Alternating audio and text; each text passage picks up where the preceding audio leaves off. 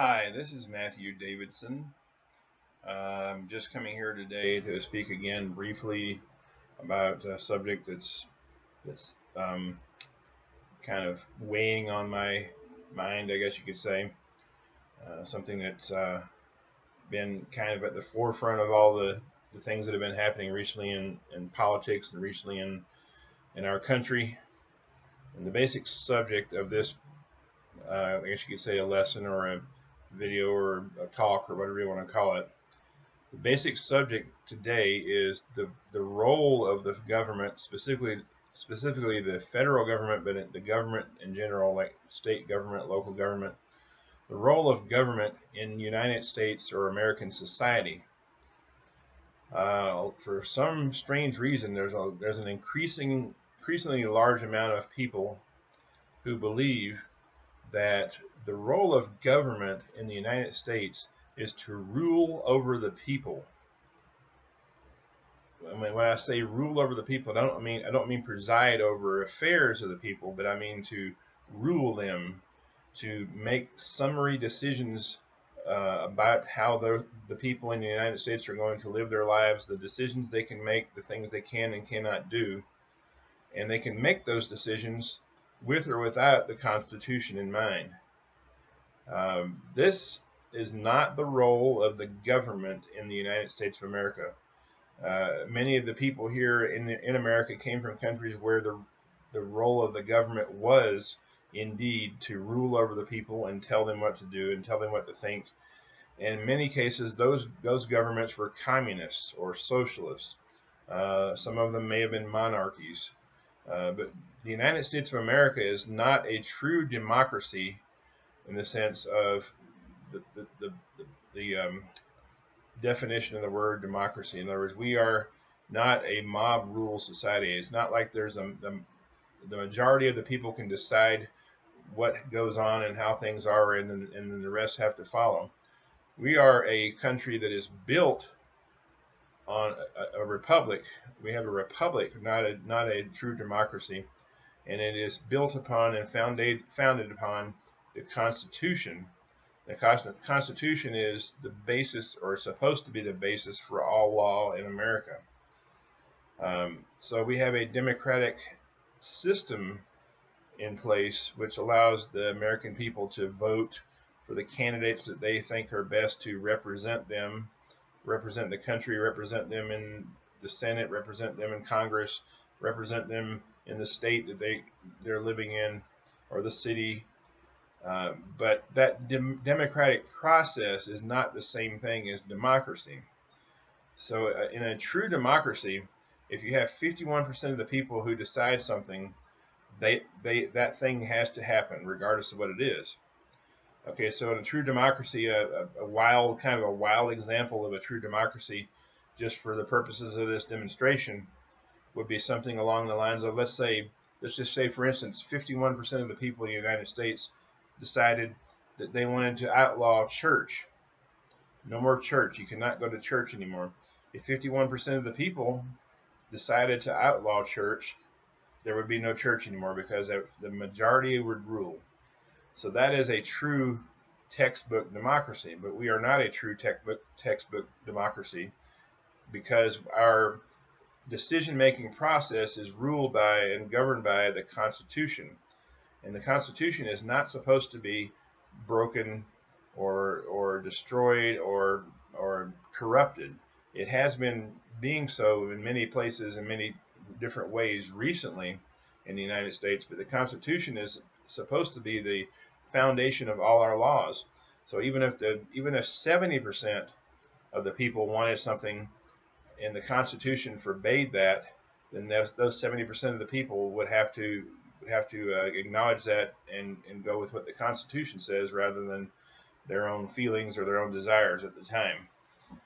There are some very rare instances where the constitutional rules and laws have been, I suppose, can be suspended in certain very strange and unusual emergency circumstances. But the Constitution is the basis of our laws, and it's supposed to be followed to the letter It's not supposed to be. We're not supposed to lose our constitutional rights. We're not supposed to have our constitutional rights changed, or or lowered or lessened in any way. We are supposed to have our constitutional rights at all times. And here lately, there have been forces in our government, forces amongst the people who are influential. There are people in Hollywood. There are people in the news media. There are people on the left side of politics who have been doing everything they can to subvert or change or distort the Constitution so that they can bring in laws and rules and so forth that uh, fit their needs and and advance their agendas.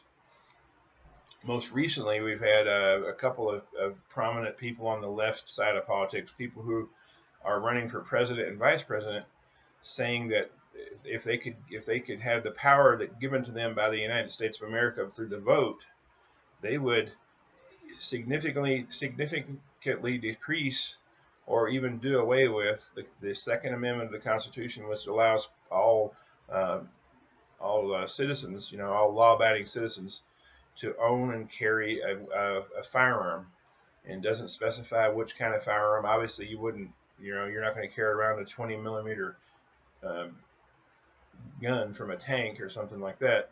But I mean, within reason, any weapon, firearm, anything that they can have, anything they can carry, anything they can afford, they should be able to have it, and they should be able to use it in the defense of themselves and defense of their country or the innocent people or whoever it might be.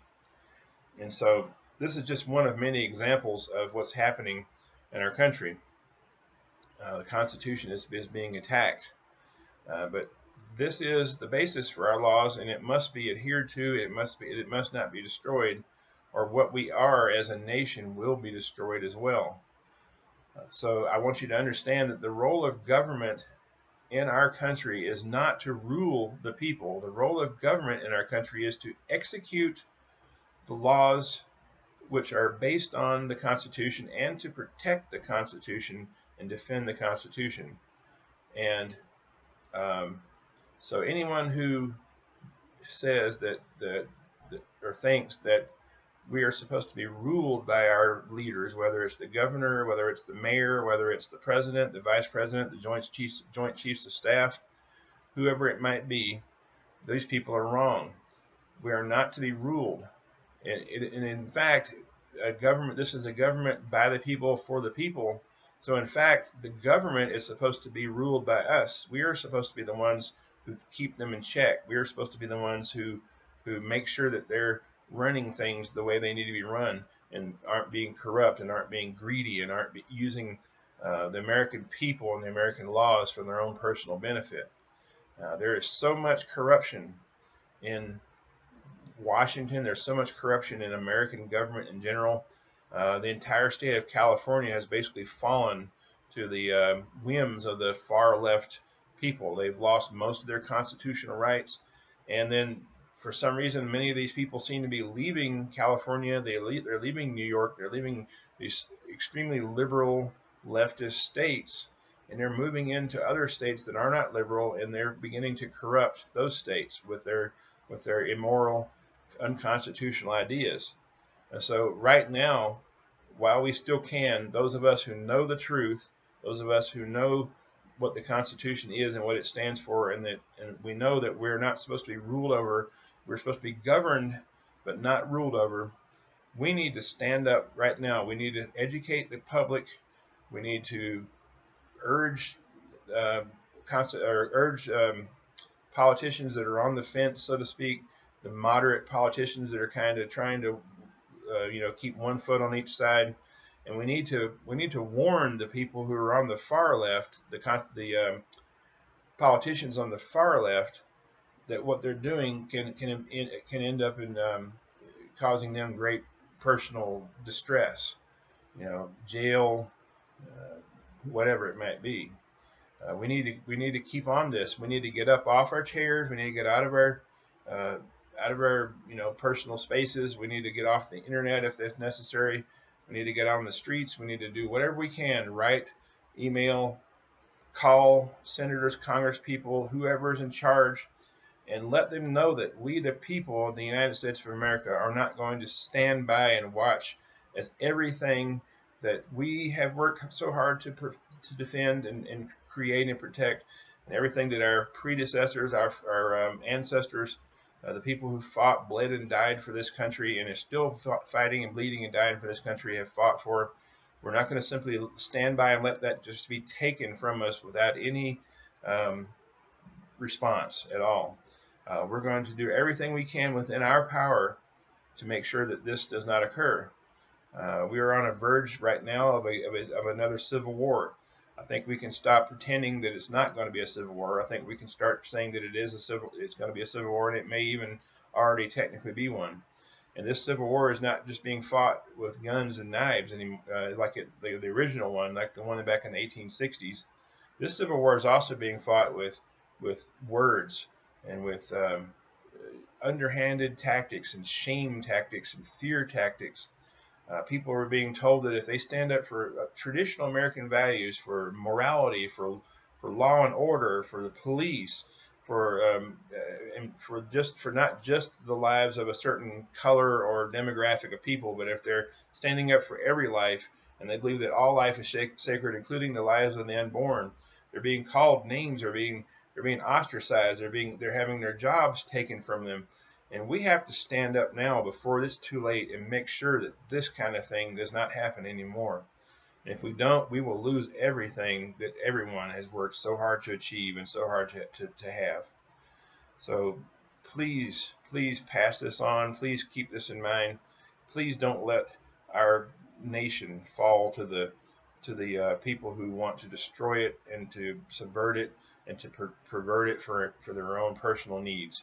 Don't be afraid to be called a racist. Don't be afraid to be called a bigot. Don't be afraid to be called a homophobe or whatever else that people are calling you.